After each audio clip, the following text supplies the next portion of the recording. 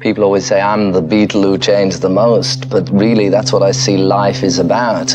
Unless you're God conscious, then you have to change because it's a waste of time. Everybody is so limited and so really useless when you think about the limitations on yourself. And the whole thing is to change, try and make everything better and better. And that's what the physical world is about, is change.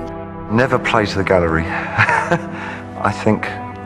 But you never learn that until much later on, I think. But never work for other people at what you do. Always remember that the reason that you initially started working was that there was something inside yourself that you felt that if you could manifest it in some way, you would understand more about yourself and how you coexist with the rest of society.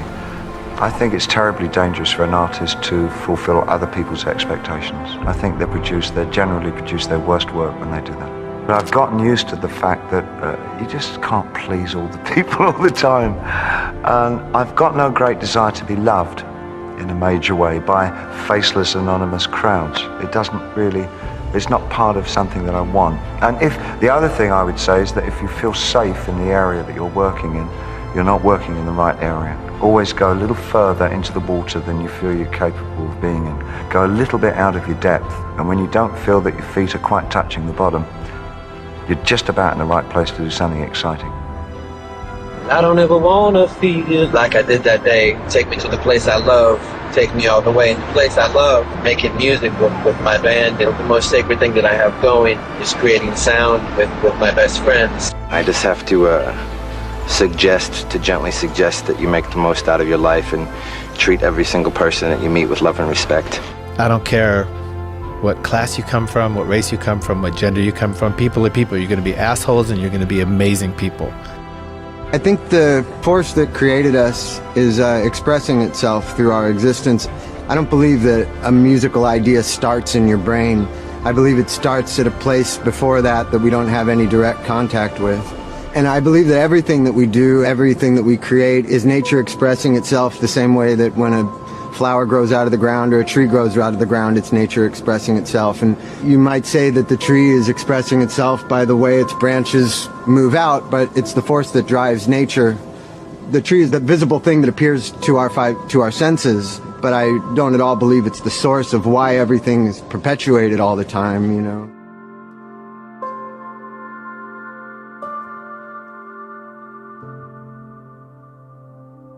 A strange experience when I was in Rishikesh. I went on a meditation course where the object was to meditate deeper and deeper and deeper for longer periods of time, to plug into the divine energy and to raise your state of consciousness and tune in to the subtler states of consciousness, and all those things like walking on the water and dematerializing your body at will are just sort of things that happen along the way. So it's hard to actually explain it, but it was just a feeling of just the consciousness traveling. I don't know where to, and it wasn't up, down, left or right. No body there, but at the same time you don't feel as though you're missing anything. You know, the consciousness is complete. In the 50s and 60s, the repercussions of what we had done by standing in for this idea of morality, ourselves, creating it all ourselves, so destroyed our fix on what we should be doing in life that we're still living through that chaos right now. We have no spiritual lives to speak of. There's quasi-new religions, but there is no direct sense of what our purpose is anymore. Now, that may be a good thing, because it may show itself to be that we in fact don't have a purpose. Are we big enough and mature enough to exist like that? Are we mature enough to accept that there's no plan, there's no going somewhere, there's no gift of immortality at the end of this if we evolve? If we evolve far enough, we may never have to die. I mean, that seems to be the reach from the past. Well, maybe we can't live like that. Maybe we have to exist and live on the idea that we have one day at a time to live. And can we do that? Because if we could do that, we may be serving some great thing.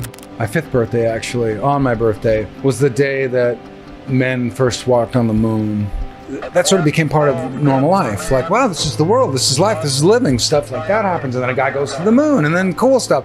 That's where we somehow managed to focus an incredible amount of resources and energy on useless stuff that doesn't mean anything, like following celebrities that are celebrities for the sake of being celebrities, and buying magazines that they're in, and spending hours of the day thinking about who they are and what they're doing and what clothes they're wearing and what songs they're listening to, and who gives a f.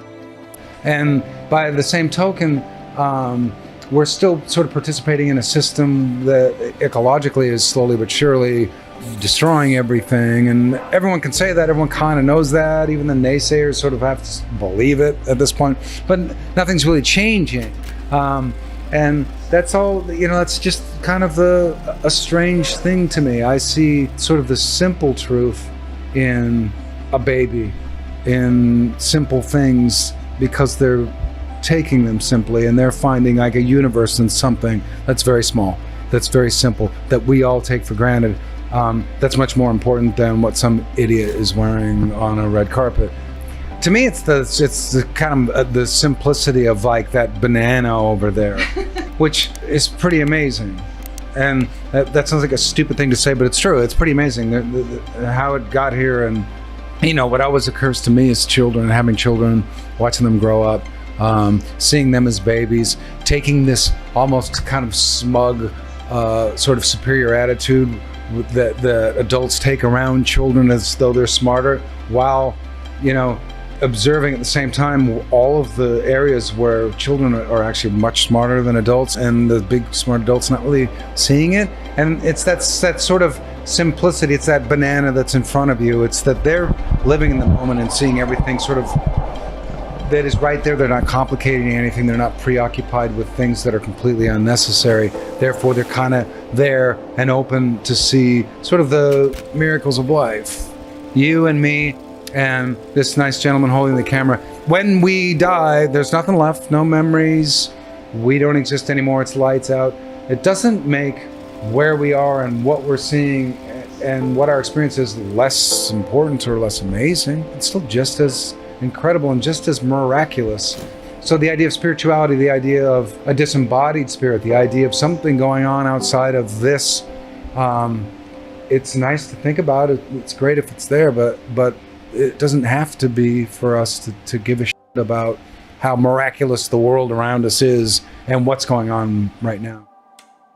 What's one thing that you believe would make the world a better place? Just one thing. My honest answer would be kindness.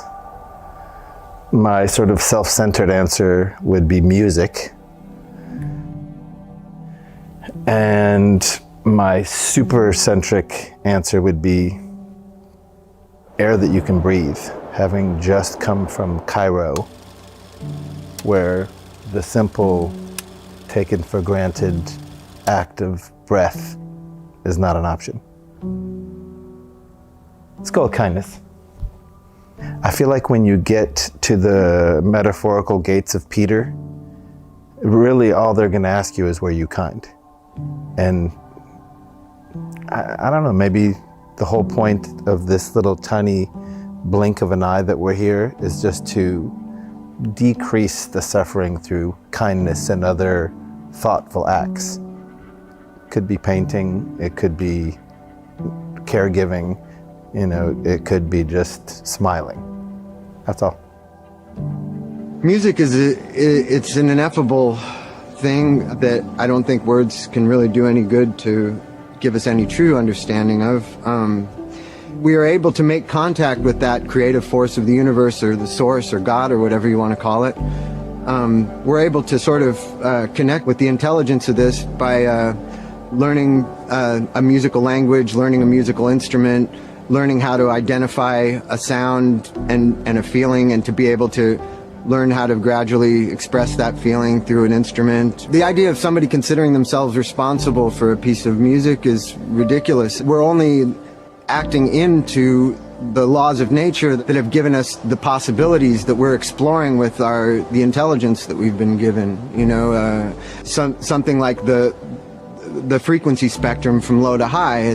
That's here whether we're here or not, it exists as part of the structure of physical reality, and our brains are learning to interact with it through learning an instrument, or through using our voice in a certain way. But the possibilities are presented in this kind of invisible, silent way. They're just there, I think it's been the big lie that's been perpetuated ever since the star-making machine of Hollywood started, that the thing responsible for a great actor or a great musician, it's just been continued by the music business, is they get this idea into the public's head that it's the physical image of the person and the name of the person that is responsible for the creation of what they do. That's not what creates it. What creates it is the imagination, and the thing that makes it possible for one person to be in the right place at the right time in their life to create the things that they create. It has to do with a really complex structure of the mind and the soul and the nervous system. All these unknown things that are taking place in the subconscious, which can be just as much structured by terrible things as it can by good. A person could be nothing but abused and put down their whole life, and for whatever reason, their will to live, their love for music, their feeling for music, and all the fucked up things that have happened to them all combined to make perfection, Art is valueless. I think art can lead you to God. I mean, if it's not doing that, what's it doing? It's leading you the other way. It's not certainly leaving you nowhere. It's bringing you somewhere. It's either bringing you that way or this way. An artist has got to be careful never really to arrive at a place where he thinks he's at somewhere. You always have to realize that you're constantly in the state of becoming, and as long as you can stay in that realm, you'll sort of be all right.